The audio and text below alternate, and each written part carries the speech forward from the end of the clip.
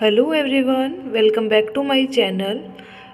So today's topic is ICZN, that is part 2.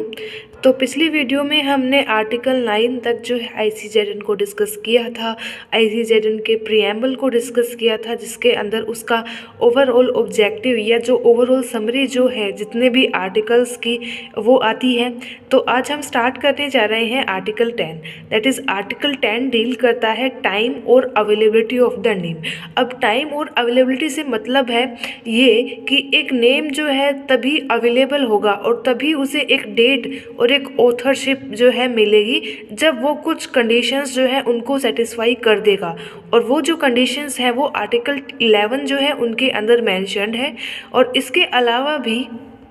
कुछ names ऐसे होते हैं जो कि पब्लिश होते हैं कुछ डेट्स के बाद में, उन्हें भी कुछ कंडीशंस जो है वो सेटिस्फाई करनी होती हैं, जो कि आर्टिकल 12 से लेके 15 में मेंशन है। देन हमारा आता है article 11, that is it deals with general requirement for the nomenclature and publication. That is कौन कौन सी रिक्वायरमेंट्स हैं जो कि किसी भी एक नेम को जो है पब्लिश होने के लिए सेटिस्फाई करनी होती हैं। जैसे कि अगर हम बात करें पब्लिकेशन और डेट की, तो ये जो है मस्ट जो है पब्लिश होना चाहिए आफ्टर 1757। लैंग्वेज की अगर हम बात करें तो ये तो आइदर लैटिन में हो या फिर लेटिनाइज्ड वर्ड्स का जो है कॉम्बिनेशन जो है वो हो।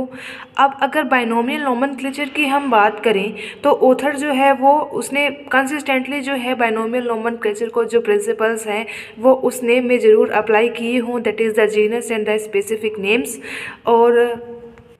फैमिली ग्रुप के अगर नेम की अगर हम बात करें तो फैमिली ग्रुप का जो नेम है वो एक नाउन होना चाहिए और वो भी नॉमिनेटिव प्लूरल के फॉर्म के अंदर। जीनस ग्रुप की अगर हम बात करें तो वो भी एक नाउन होना चाहिए बट वो सिंगुलर फॉर्म के अंदर हो। और स्पीसीज़ का ग्रुप जो है वो भी इसके अंदर कंसिडर किया जाता है।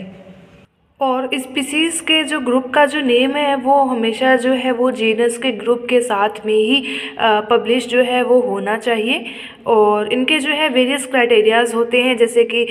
एडजेक्टिव होता है singular in case. For example अगर हम किसी जेंडर रिलेटेड जेंडरिक नेम के साथ अगर इसकी बात करें, जैसे कि फेलिस मोरमोरेटा, और अगर ये नाउन भी हो सकता है वो भी सिंगुलर फॉर्म के अंदर, जैसे कि एग्जाम्पल है फेलिस लियो। और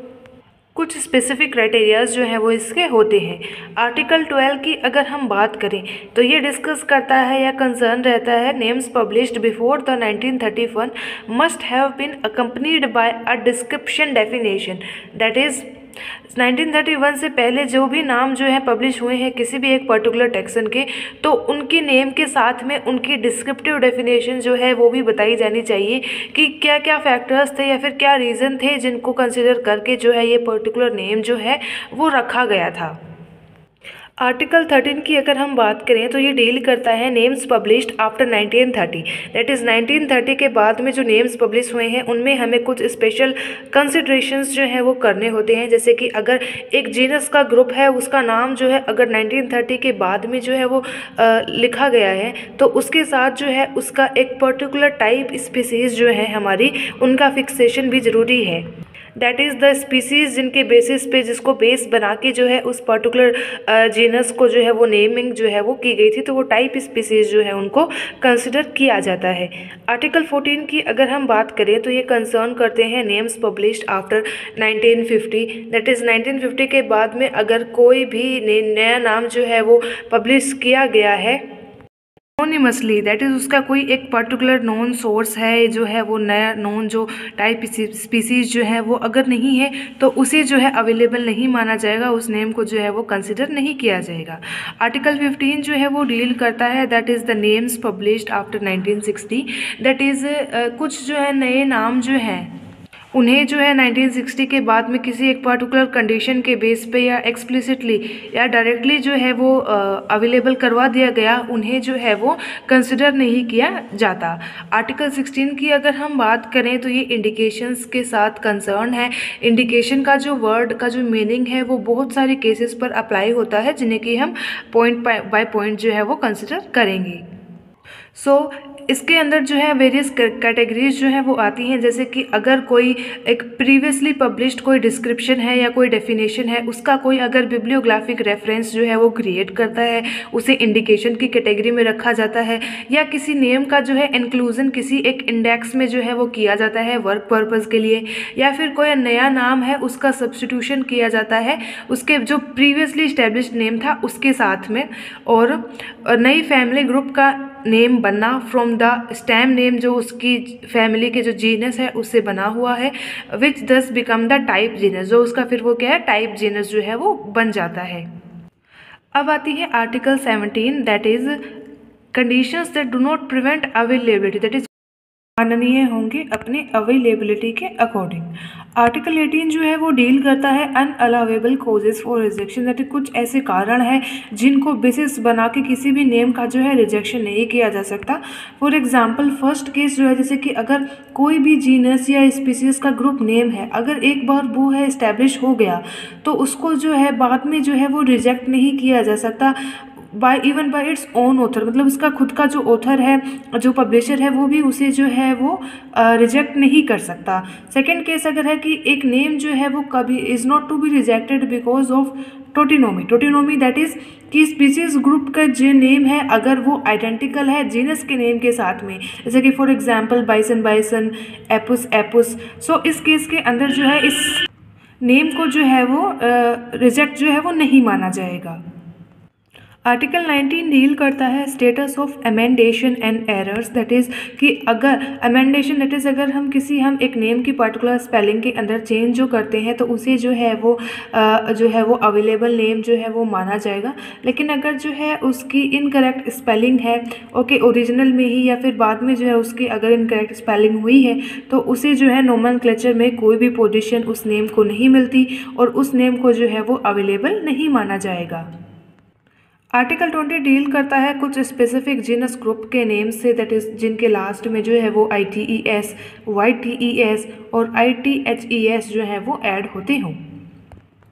आर्टिकल 21 और 22 जो है वो डील करते हैं with the date of publication, that is article 21 की अगर हम बात करें तो ये कंसर्न है with the interpretation of the date के जो है वेरियस क्राइटेरियाज है, जैसे कि एक स्पेसिफाइड डेट की अगर हम बात करें तो पब्लिकेशन के अंदर जो एक डेट स्पेसिफाई करी गई है उसे ही हम जो है वो करेक्ट मानकर चलते हैं। डेट इनकम्प्लीट दैट मीन्स कि अगर डेट जो है किसी भी पब्लिकेशन की वो पूरी तरीके से जो है स्पेसिफाई नहीं है तो इसे ये इंटरप्रेट किया जाएगा कि जो अर्लीस्ट डेट जो डेमोन्स्ट्रेट करी है डेट उसे ही हम जो है वो क्या है स्पेसिफाइड डेट जो है मान लेंगे। जैसे कि फॉर एग्जांपल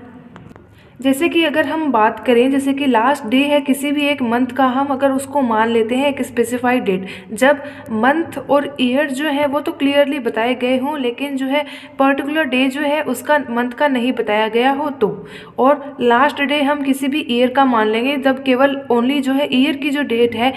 वो ही स्पेसिफाइड की गई हो एक पर्टिकुलर पब्लिकेशन के अंदर। डेट इनकरेक्ट मतलब कि अगर किसी भी पब्लिकेशन की डेट जो है वो इनकरेक्ट है तो डेट जो है उसे इंटरप्रेट किया जाएगा as the earliest demonstrated by the evidence, that is सबसे पहला एविडेंस उस पर्टिकुलर पब्लिकेशन से जो हमें मिलता है, दैट इज कोई भी matter related to that publication तो उसे ही हम उसके जो है वो डेट जो है वो कंसिडर कर लेंगे। And the dates of the work issued in parts, that is जैसे कोई अगर पब्लिकेशन की जो है वो पार्ट्स में जो है उसे जो है पब्लिश किया गया है तो उनकी जो डेट्स जो होंगी वो हम साइमल्टेनियसली और इंडिपेंडेंटली जो है उनको कंसिडर करेंगे। नेक्स्ट जो हमारे आते हैं that is article 22, that is the citation of a date. तो डेट जो होती है किसी भी पब्लिकेशन की अगर जो है नेम के साथ अगर उसे लिखा गया है तो वो जो है ऑथर का जो नेम है अलॉन्ग विद दैट कोमा जो है वो स्पेसिफाइड जो है वो होगी। आर्टिकल 23 और 24 की अगर हम बात करें तो ये डील करते हैं वैलिडिटी ऑफ द नेम्स की, कैसे जो है एक पर्टिकुलर नेम की जो है वो वैलिडिटी जो है वो बनी रहती है। सो आर्टिकल 23 जो है वो डील करता है with the law of priority. Law of priority basically means कि एक वैलिड नेम जो होगा किसी भी टेक्सन का वो नाम होगा जो कि ओल्डेस्ट अवेलेबल नेम है और जो कि उससे प्रोवाइडेड है नेम को, और साथ में यह भी कि उस नेम को जो है किसी भी तौर पर किसी भी लेवल पर इनवैलिडेट ना किया हुआ हो।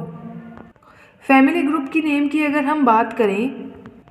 तो जो भी एक फैमिली ग्रुप है जो कि टैक्सन है, जो कि दो या दो से ज़्यादा जो है उस टैक्सा के जो ग्रुप हैं उनसे बनता है, वो ओल्डेस्ट जो वैलिड फैमिली ग्रुप नेम है उसी को ही लेगा, उसी का ही नाम जो है उसे दिया जाएगा among those of its component. जो जितने भी पार्ट्स जो होंगे उनमें से एक को जो है वो सेलेक्ट किया जाएगा। जीनस और स्पीसीज ग्रुप की नेम की अगर हम बात करें तो एक जीनस ग्रुप जो है वो बनता है दो या दो से ज़्यादा जो है टैक्सॉन से, और उनमें भी वही जो है कि वो ओल्डेस्ट वैलिड नेम जो है वो अपने कंपोनेंट्स में से चूज जो है वो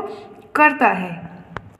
आर्टिकल 24 की अगर हम बात करें तो ये कंसर्न करता है with the interpretation of the oldest name, that is oldest name की इंटरप्रिटेशन जो है वो कैसे होती है। तो नेम्स जो कि साइमल्टेनियसली पब्लिश हैं, अगर मोर देन वन नेम किसी एक सिंगल टैक्सॉन के लिए है, और अगर अलग अलग टैक्सास के जो है वो आइडेंटिकल नेम्स भी अगर पब्लिश हो जाते हैं साइमल्टेनियसली सेम ही वर्क में या फिर किसी एक डिफरेंट वर्क में रिलेटेड, तब जो है उनकी जो प्रायोरिटी है वो डिटरमाइन होती है by the action of the first divisor, that is जो ऑथर है उसी के बेसिस पर जो है वो इनके जो नेम जो है वो डिसाइड होती है। और मेन रिकमेंडेशन इस आर्टिकल 24 की यह आती है कि कोई भी जूलॉजिस्ट है उसे ऐसा नाम सेलेक्ट करना चाहिए जो कि सबसे ज़्यादा स्टेबिलिटी और यूनिवर्सैलिटी जो है नोमेनक्लेचर के अंदर वो शो करे, और जो कि मेन एम है ICZN का, दैट इज़ ICZN कोड और उसके रूल्स और रेगुलेशंस का। सो या this is part 2 of the ICZN। Stay tuned for the next.